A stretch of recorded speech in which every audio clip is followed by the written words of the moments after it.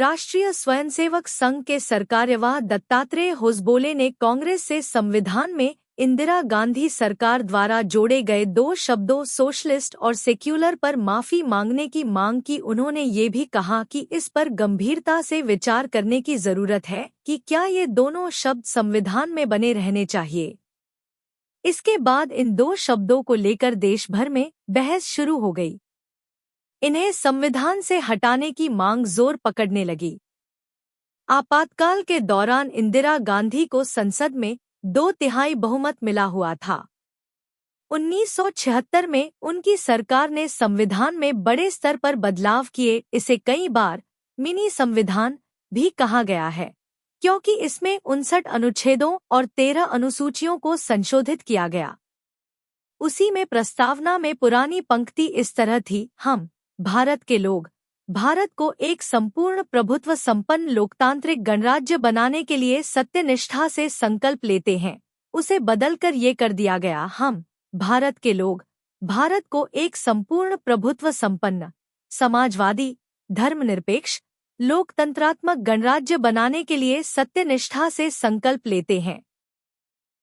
भारतीय संविधान में समाजवादी और अखंडता शब्द 1976 में 42वें संशोधन अधिनियम द्वारा जोड़े गए थे। समाजवादी शब्द को शामिल करने का उद्देश्य सामाजिक और आर्थिक समानता को बढ़ावा देना था, जबकि अखंडता शब्द राष्ट्र की एकता और एकजुटता को मजबूत करने के लिए जोड़ा गया था।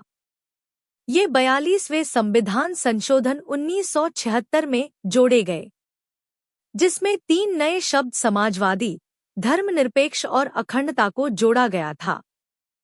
संविधान की प्रस्तावना का निर्माण भारत को एक संप्रभु समाजवादी धर्मनिरपेक्ष और लोकतांत्रिक गणराज्य करने के लिए किया गया। यह भारत के सभी नागरिकों के लिए न्याय, स्वतंत्रता, समानता को सुरक्षित करती है और लोगों के बीच भाईचारे को बढ़ावा देती है। पहले संविधान की प्रस्तावना संविधान का हिस्सा नहीं थी, लेकिन इसके बाद से प्रस्तावना को संविधान का दर्जा दिया गया।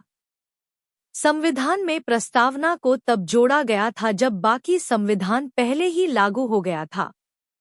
बेरुबरी यूनियन के मामले में 1960 सुप्रीम कोर्ट ने यह कहा कि प्रस्तावना संविधान का हिस्सा नहीं है।